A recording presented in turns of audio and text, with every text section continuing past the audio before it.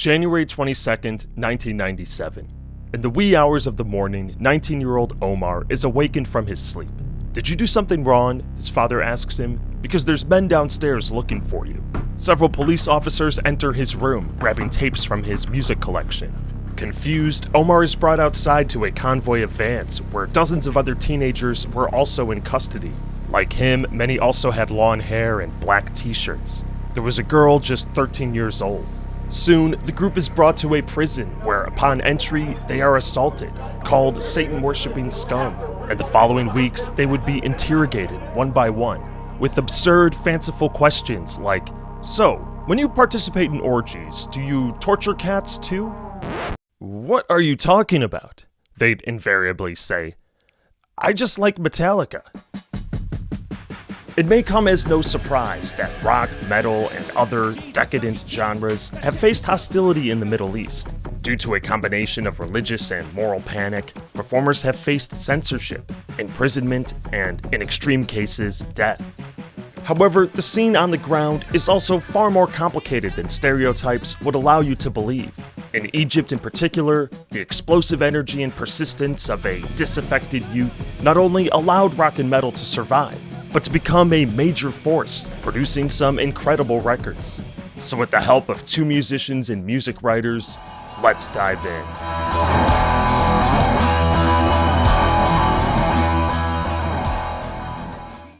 Despite what our frightening intro would lead you to believe, the 1990s was a time when popular music in Egypt was blossoming. The Algil movement that started a decade earlier, with its signature hand-clapped rhythm and funky bass guitar, was growing ever more eclectic. Just 1 year before the Satanic Panic, Amr Diab had taken the country by storm with his single Noor El Ain, an Arab flamenco fusion.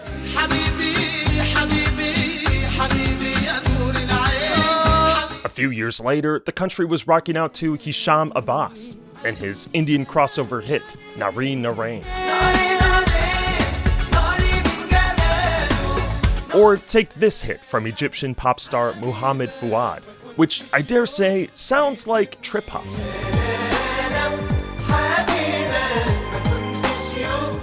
For decades, Egyptian popular music had been defined by the traditional Arab orchestra, with classical vocalists like Kulthum and Abdel Halim.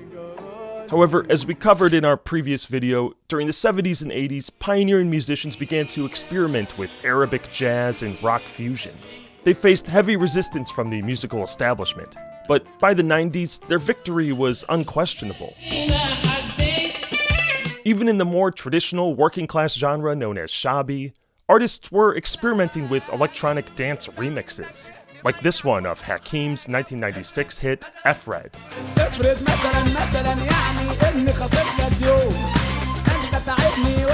And it would be a huge mistake not to mention Rai. Though it originated in Algeria, songs like Didi by Khalid were extremely popular, fusing the Algerian sound with hip-hop beats.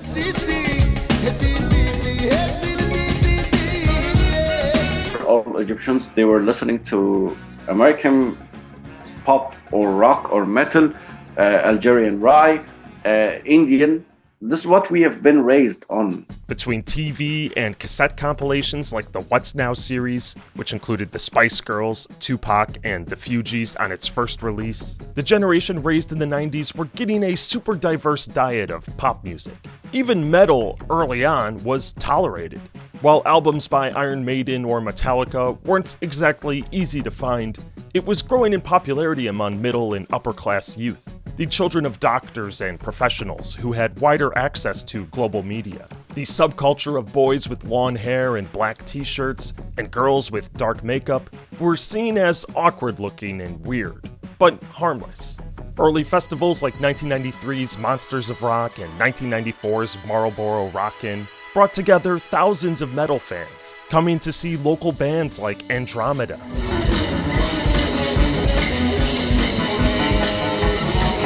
and Cartoon Killers. It was mainly thrash metal and death metal bands that were really loved. By the mid-90s, all sorts of metal subgenres had emerged, from black to death, grindcore, doom, progressive metal, and more. Impromptu venues appeared, like the Doom Club, and the Baron's Palace, an abandoned villa in Heliopolis. CNN footage from an unidentified gig in 1994 showed fans headbanging as teenagers dove into a swimming pool. A photo from 1996 shows a band playing a DIY venue, with one metal fan holding up an upside-down cross. To any of us, it just looks like good, innocent fun, though to the Egyptian press, it was anything but. Oh, hey, I didn't notice you there. You guys may have been wondering what we've been up to these past few months. And, well, we've actually been super busy on our secondary channel, Bandsploring. I visited the NAMM music show to try out instruments of the future, and went to Guadalajara shortly after the cartel violence. We're also super active on Patreon, with podcast episodes and this recent full-length video on AI music. I noticed this disturbing trend of AI channels claiming to be authentic world music. It's a messed up world. But here at Bandsplaining, we are undeterred by robots. We are going to keep covering real, historic music scenes. So please, man, support the channel, and let's get back to the video. November 1996. It started with an article in an Egyptian tabloid. The headline read, "Satanic Worship Club in Egypt." The subtitle, "Slaughtering Cats and Mice to the Beats of Dark Music," and "Drug-Fueled Chants to an Inverted Cross." Underneath a photo of the album Roots by Brazilian metal band Sepultura, it is claimed that a network of privileged teenagers are abusing drugs and performing rituals. The article was based on an anonymous letter submitted by a young Egyptian man who claimed to be a rock fan. My interest in this type of music began gradually until I reached a strange and specific subgenre called black metal. Its lyrics contain expressions of blasphemy and atheism, and insults against God, so I stopped listening to it. But I noticed it was spreading among many young people, and it had become fashionable. He goes on to describe a ritual he witnessed at a local venue. They light black candles, chant strange hymns, hunt animals, and use their blood to write cryptic phrases on the walls of the Baron's Palace. Despite there being no photo or video evidence of these supposed rituals, the tabloid gleefully goes along with it. In one bizarre paragraph, the article provides some background on Western music, explaining that it can be classified according to its beats per minute. The faster the speed, the more aggressive the music. Quote, "When the rhythm exceeds 150 BPM, it enters the realm of black, death, and satanic music."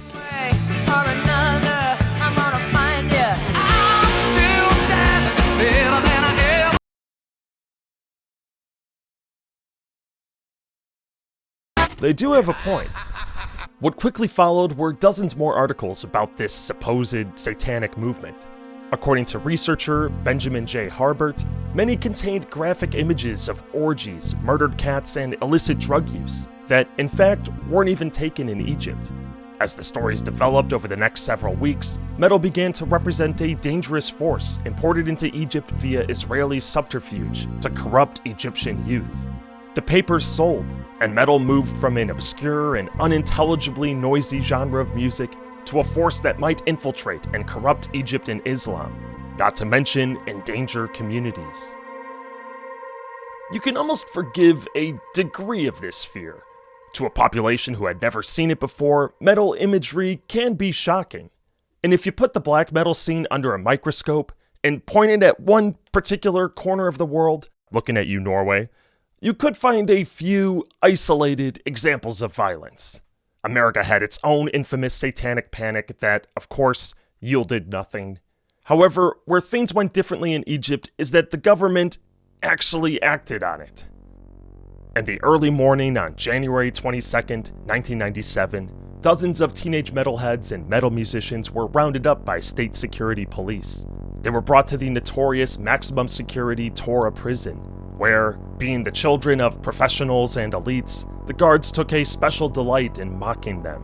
The girls were called whores, the boys were called gay and effeminate. One account described the physical and sexual abuse that was commonplace. We're hoping that this crackdown will serve as an example to other groups trying to defame religion and worship the devil.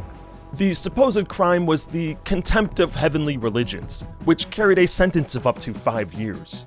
Although more prominent conservatives, including Egypt's Grand Mufti, called for the death penalty. A more moderate newspaper responded, let's not put them to death, let's pray for their guidance. But when all was said and done, the only evidence dug up were creepy masks, pentagram jewelry, and an array of albums and band t-shirts. According to various reports, mistaken contraband included a Chicago Bulls hat, a Bugs Bunny t-shirt, and a copy of The Sound of Music.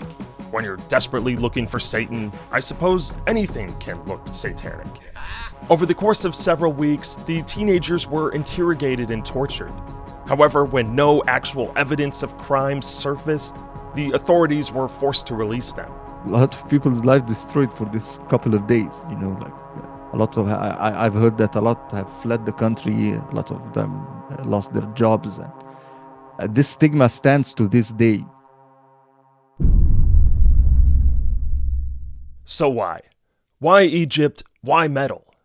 Similar media panics against metal would occur in other Arabic countries, including Morocco and Lebanon, but I think there's a reason it happened in Egypt first. Not because it's the most conservative Arab nation, far from it, but because Egypt has long been shaped by competing ideological currents. The lingering Arab nationalism of Gamal Abdel Nasser, the neoliberal reforms of his successor, Anwar Sadat, and the growing appeal of Islamist movements like the Muslim Brotherhood, particularly among Egyptians who felt left behind. The 90s and early 2000s were a paradoxical time, where Egypt could produce pop star Ruby, whose 2004 music video for Le Bedariqueta was considered extremely provocative, showing Ruby in a short skirt and workout clothes. Yet, at the same time, many female pop stars were leaving music to, quote, take on the veil, including pioneering Algil star Hanan and the talented guitarist and singer-songwriter Aida El Ayoubi. Opportunities for women were expanding, just as society was growing more socially conservative. In Algeria, musicians who pushed the boundary on social mores with lyrics about sex, drugs, and societal ills were met with violence. Rise star Sheb Hasni was assassinated by extremists in 1994. While Algeria is obviously a different country, it sent shockwaves through much of the Arab world. For Egypt's youth who grew up during this time, the divisiveness could feel overwhelming. The rich and poor hate each other, conservatives and liberals hate each other, cops and metalheads hate each other, religious and secular hate each other, said guitarist Al-Sharif Marzaban when explaining the origin of his band name, Hate Suffocation, later renamed Scarab. Metal music, at the very least, offered a way to opt out. I was a confused teenager and had many problems trying to blend into Egyptian culture because I had lived in the US and my cultural norms were different, Al-Sharif explained. In fact, I was discriminated against by teachers and other students for being open-minded, especially about music, and I was constantly being force-fed religion in school and society in a way that really turned me off. The Egyptian government, now under Hosni Mubarak, had to perform a careful balancing act. They had to appease deeply divided segments of the population, or at the very least, play them to their advantage. One theory is that the metal crackdown was less about ideology than optics, that it helped deflect attention from the state's ongoing repression of Islamic extremist groups. Sir, your poll numbers are dropping. People think you're anti-Islam. Oh, I know. Let's jail those satanic teenagers nobody likes, just in time for Ramadan. But what's remarkable about Egyptian metal is not just how it was repressed, but how, in just a few short years, it came back with a vengeance. So it's 1998. You might think that the arrests and the massive media frenzy 1 year earlier would scare any young person from touching a Metallica album with a 10-foot pole. But in an early example of the Streisand effect, it did the exact opposite. You can say that I became more passionate about it. Why it's banned music? Why we can't listen to it? What's wrong about it? So that kind of provoked me to listen to it. So purpose. It backfired. It just made you more curious. Of course. In 1998 alone, two of Egypt's most famous metal bands would form, Crescent and Odious, though they would keep things underground for a while. One of the key changes in the late 90s was the advent of satellite TV, which allowed for more diverse programming. Ashley Elgindi hosted Buzz TV and other programs that shared music videos and interviews with popular bands. I asked him how this was possible just a few years after the crackdown. We had more faxes, letters, and emails than the whole channel combined, he told me. But the program was protected by management, who bravely shared his open-mindedness. As promised, the boys of, what's your name again? The boys of Kareem are back here one more time to popular demand. Buzz TV also provided an outlet for Egyptian bands to broadcast their music. Among them, Promise Dawn, whose 2001 music video, Jerusalem, was about the Second Intifada. I was amazed. Oh, there's an Egyptian band, rock, music video on TV. And I was like, wow, I wanna play guitar. I wanna be in a band. Slowly but surely, rock venues began to re-emerge, like the Sawi Culture Wheel in Cairo. Quietly at first. But organizers found that by taking a more legit route, they could avoid some scrutiny.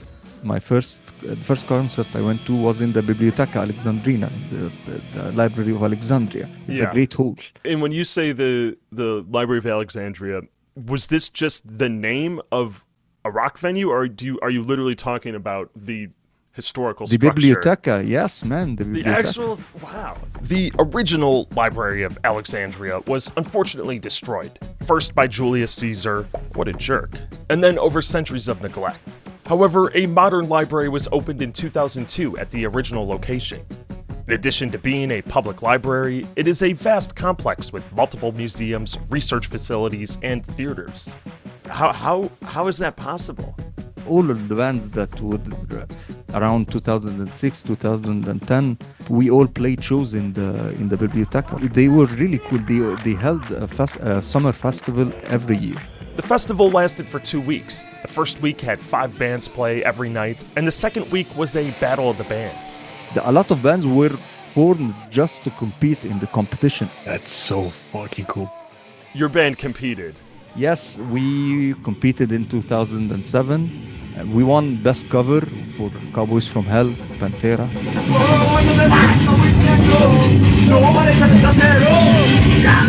But outside of the contest, most bands, including Anoxia, played original music. Between 2000 and 2010, for us, it was the golden era. Wyvern are heavy metal and thrash metal. Varden are power metal and symphonic. On the more extreme end of the spectrum, notable death metal bands included Crescent and the aforementioned Scarab.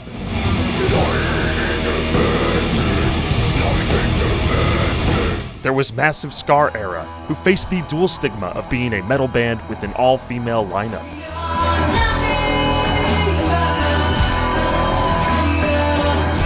While most bands would sing in English and play more straightforward genres, inspired by globally popular metal bands, there were exceptions. Odious adds Egyptian influences to their brand of black metal, like this song that features an oud and Arabic percussion.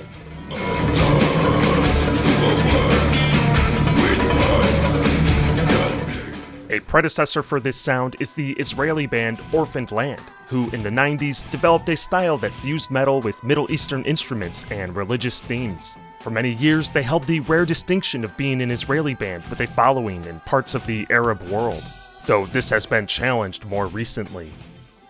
And it wasn't all metal. Playing at some of the same festivals and venues were a wide range of indie and alternative bands, including Wust El Balad,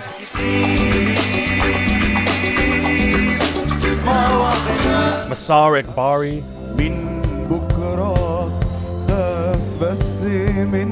and a young Kairoki.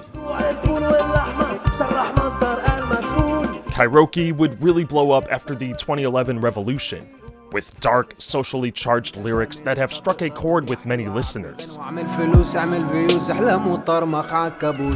But we're getting ahead of ourselves. When MTV Arabia launched in 2007, it was accompanied with a promo video featuring a classical Arab performance. But suddenly, the oud player slams out a power chord. In Marty McFly fashion, he begins shredding on the floor. He smashes his oud as a woman faints. Just 10 years earlier, metalheads were being arrested. The public was fed story after story about how this music turns teenagers into Satan-worshipping sociopaths. Now, the very foundation of Egyptian music, the revered icons, were being mocked and corrupted by this devil music.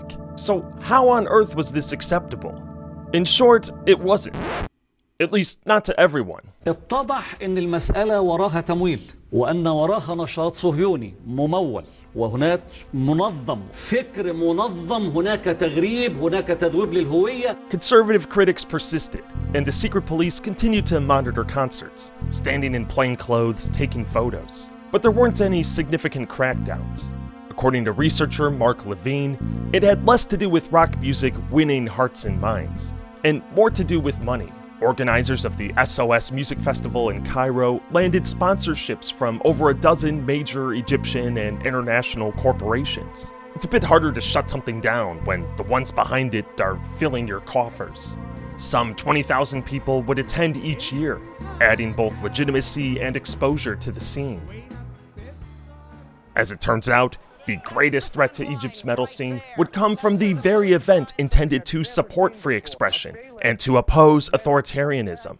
But for that, well, do me a big favor, like this video, share it with some friends, drop a comment, tell me what your favorite album was from this era. If you're Egyptian, tell me what it was like on the ground. Being at the Biblioteca, seeing these shows, you guys really helped me out boosting the last video, and if we can do that again, I'll definitely make a part 3. We'll finally get to hip-hop, Maraganat, and 2010s music. Also, for those of you who are Superstar supporters, head to Patreon where there will be a follow-up podcast coming soon. We'll be covering this story with even more detail and more music. Alright, thanks guys.